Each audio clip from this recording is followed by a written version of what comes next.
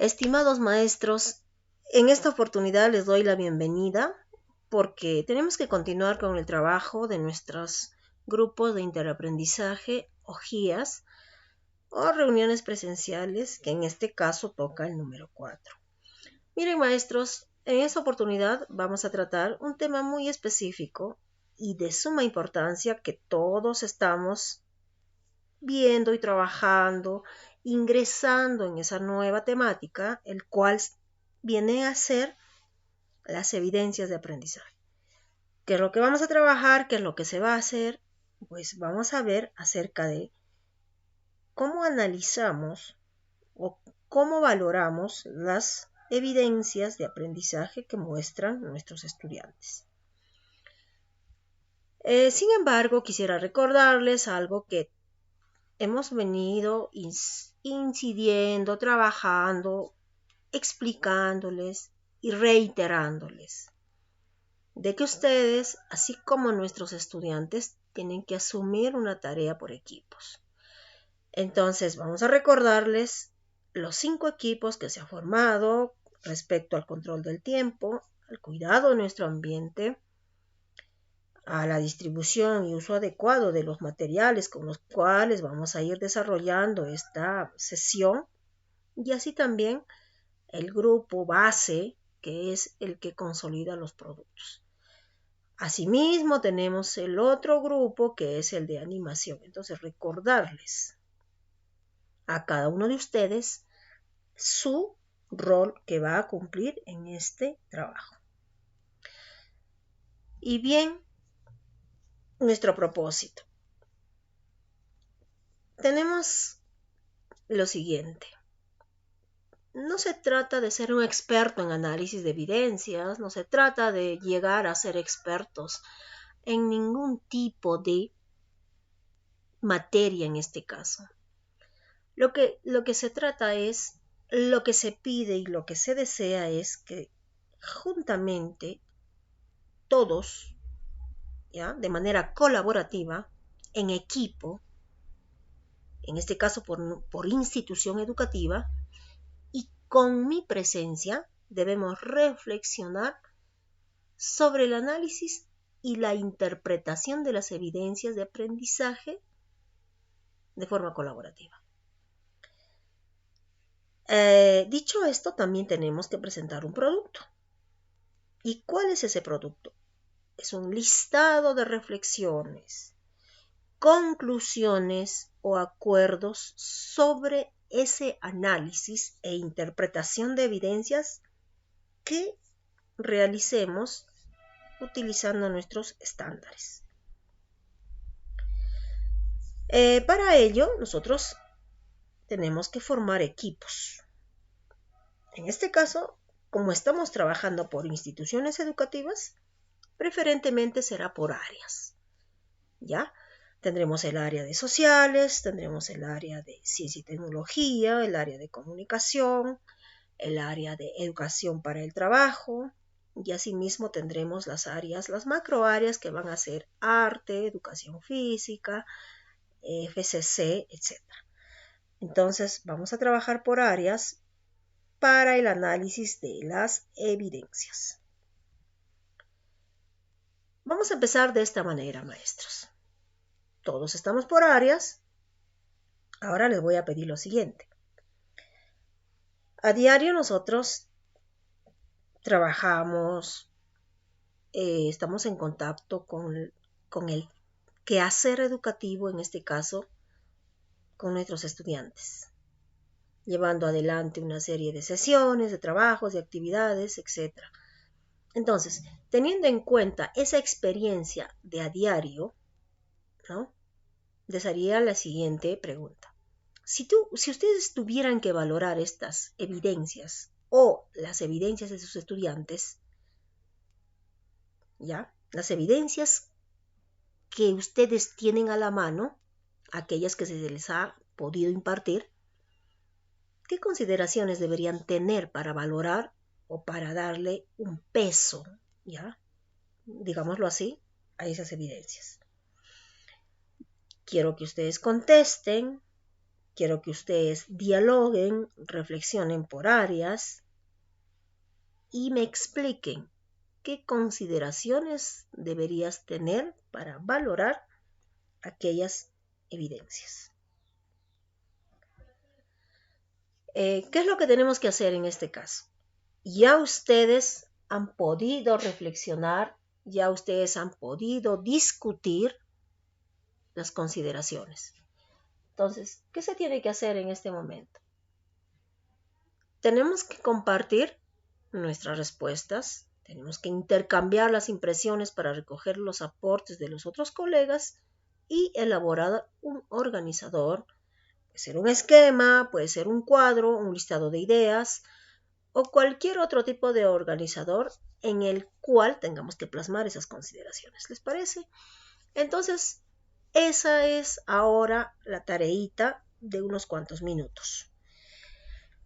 Concluido la elaboración de lo que se les está solicitando, pasaremos a lo siguiente. Cada equipo se ha formado un docente líder. Ustedes ya se conocen y ya han elegido a su docente líder, ¿no? Estos equipos están prevaleciendo de la clase anterior. Entonces, ese docente líder, en este caso, debe plantear lo siguiente a los demás integrantes. De aquello que ustedes han plasmado, deben identificar los que consideran principales aspectos a tomar en cuenta para el análisis de evidencias. ¿Ok? Ahora, una vez identificado las principales aspectos a tomar en cuenta, cada equipo selecciona, resume, agrega y comparte las ideas en su grupo y lo debe publicar, ya, el material en el aula para poder nosotros y los demás equipos visualizarlo con la técnica del museo. Es decir, debemos socializar nuestros productos de manera que se haga mucho más eficiente y mucho más colaborativo nuestra experiencia.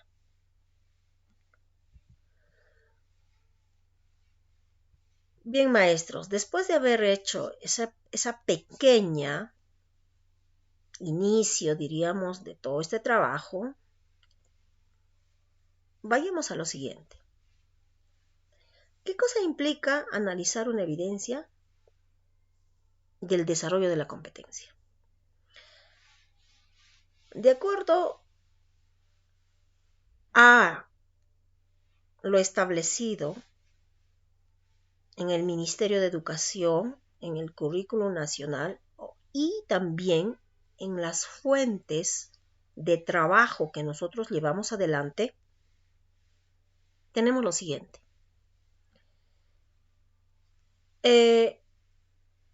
Nuestros estudiantes van a producir muchísimas evidencias de aprendizaje a diario, constantemente, permanentemente, a lo largo de todo el proceso de aprendizaje. Entonces, nosotros como docentes podemos analizar esas evidencias en el momento que creemos que es necesario y coherente. Pero, sin embargo, esas evidencias, ¿qué son? Para ello tenemos que entender lo siguiente. Dice, cualquier actuación o producto de nuestros estudiantes, cualquier actuación o producto. ¿Qué quiere decir? Que también las actitudes, las maneras de comportamiento vienen a ser evidencias. ¿Y para qué podríamos nosotros analizarlo en el momento deseado o necesario? Para retroalimentarlo, para darles una respuesta, para darles una orientación a lo que llamamos feedback, ¿no? La respuesta. Ellos nos entregan sus evidencias y nosotros ¿qué entregamos? Una retroalimentación. ¿Cómo se llama este proceso? A este proceso se llama evaluación formativa. Entonces, En este material lo que vamos a profundizar es en el análisis de las evidencias. Todavía no vamos a ingresar a la evaluación formativa, que es tema del siguiente GIA. ¿Ok? Pasemos entonces al trabajo en sí. Te voy a pedir lo siguiente. De acuerdo a las evidencias, de acuerdo a tu práctica, de acuerdo a tu labor, ¿qué características va a tener una situación de aprendizaje potente que va a generar evidencias? Respondan eso y lo vamos a visualizar cada uno en sus respectivos PowerPoint que van a ir elaborando, ¿ok?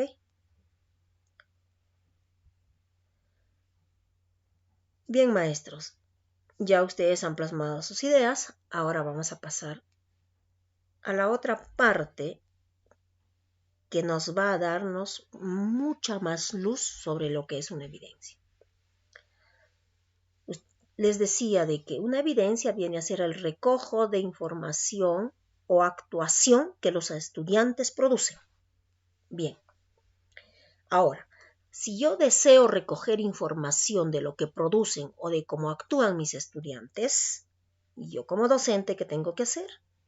Yo como docente tengo que formular o elaborar una serie de pasos, trabajos, proyectos, actuaciones que mis estudiantes deben desarrollar. A eso le llamamos, o a eso le llama el currículo de la educación básica, tarea. Entonces, en función del tipo de tarea que yo proponga en mi aula, van a ser recogidas mis evidencias. Porque yo no puedo recoger evidencias de la nada, yo no puedo recoger evidencias de lo que no existe, o de lo que no propuse, o de lo que no, de aquello que no programé. Entonces, una tarea bien elaborada a mí me va a dar como resultado una evidencia capaz de ser valorada de acuerdo a los estándares o de acuerdo a los criterios programados o planteados. ¿Cómo debe ser una tarea? Acá tenemos las 10 características que debe reunir una tarea real en un aula donde mis estudiantes produzcan evidencias. Muy rápidamente las vamos a explicar. Deben ser realistas y plausibles. El contexto me ayuda mucho para yo definir mis tareas. No deben ser tareas abstractas, sino muy realistas. Repito, de acuerdo a mi contexto. Complejas e intelectualmente desafiantes. Las tareas que yo proponga a mis estudiantes tienen que ser de su interés, de su agrado y de alguna manera desafiantes, que sean capaces de ser resueltas por ellos. Debe tener un propósito definido, obviamente. Debe tener una audiencia o destinatario real, es decir, van a desarrollar una tarea, una actividad. Ese propósito, el que está inmerso, ¿a quién sirve? ¿A la comunidad? ¿A otros compañeros? ¿A otros estudiantes? ¿Sirve a los docentes? Es decir, debe estar destinado a algún destinatario tal que la solución le sea útil. 5. La situación debe enmarcar a que cada estudiante desempeñe determinados roles, de acuerdo a sus habilidades, por supuesto. También presenta ciertas restricciones e incertidumbres. Debe presentar ¿para qué? Para que el estudiante sepa utilizar modos, maneras, métodos o estrategias para corregir ciertos inconvenientes que se vayan presentando. Obviamente, ya lo dijimos, maneja un repertorio de estrategias. El estudiante debe ser capaz y habiloso, sobre todo, de utilizar aquellas herramientas que más se ciñen a lo que busca. El periodo de tiempo que va a demandar una tarea necesariamente tiene que ser un tanto extenso, porque en una sola sesión se nos va a hacer un poco dificultoso realizar una verdadera tarea. Entonces puede abarcar periodos de tiempo extensos.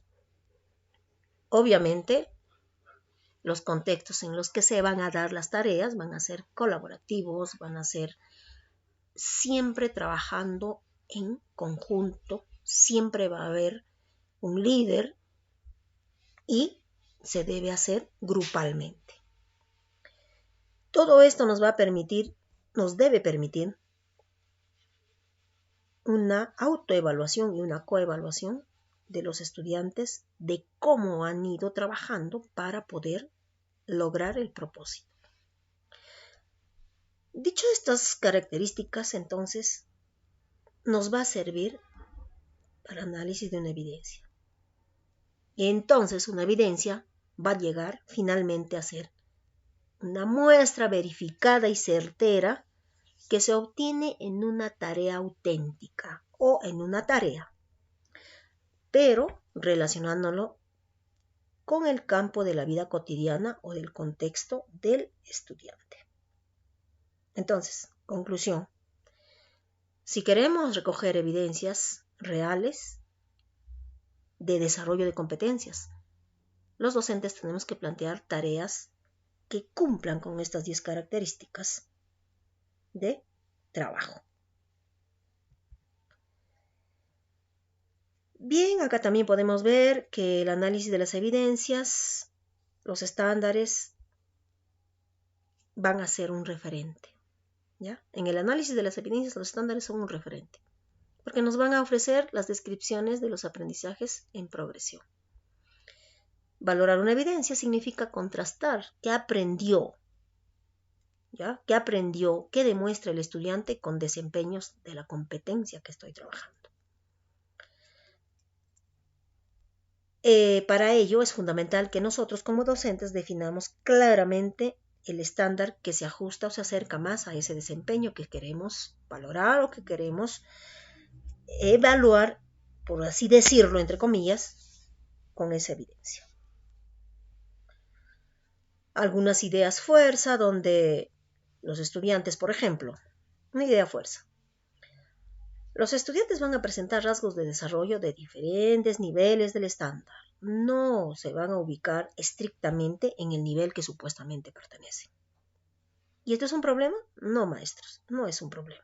Por el contrario, nos va a permitir detectar qué aspectos de la competencia está por trabajarse para que llegue a ese estándar y qué podemos hacer para ese estudiante. Seguir para que ese estudiante pueda seguir alcanzando o necesitando llegar al nivel ideal. ¿Ya?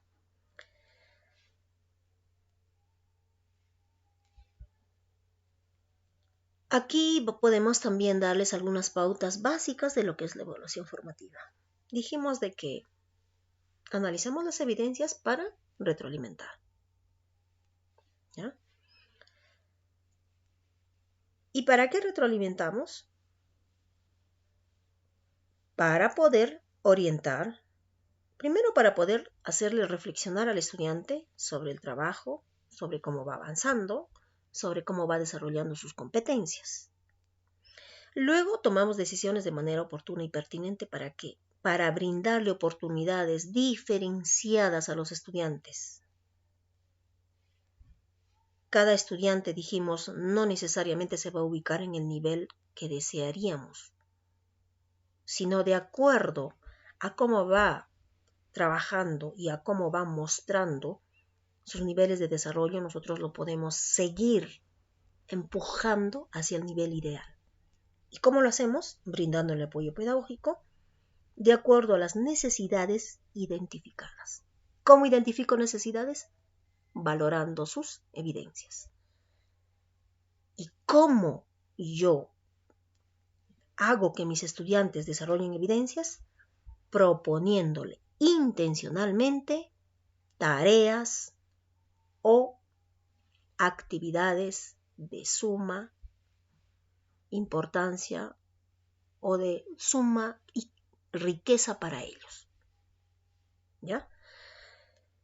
Entonces, queridos maestros, voy a dejar algunas preguntas abiertas para poder ir desarrollando e interactuar con esta nuestra nueva labor pedagógica o con nuestro nuevo reto de asumir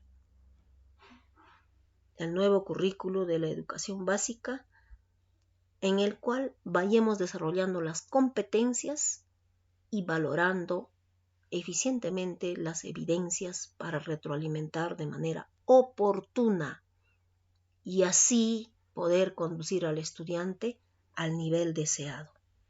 Muchísimas gracias, será hasta el siguiente guía. Los invito a revisar todas las lecturas que se les ha ido entregando de manera oportuna. Gracias, maestros. Hasta la siguiente clase.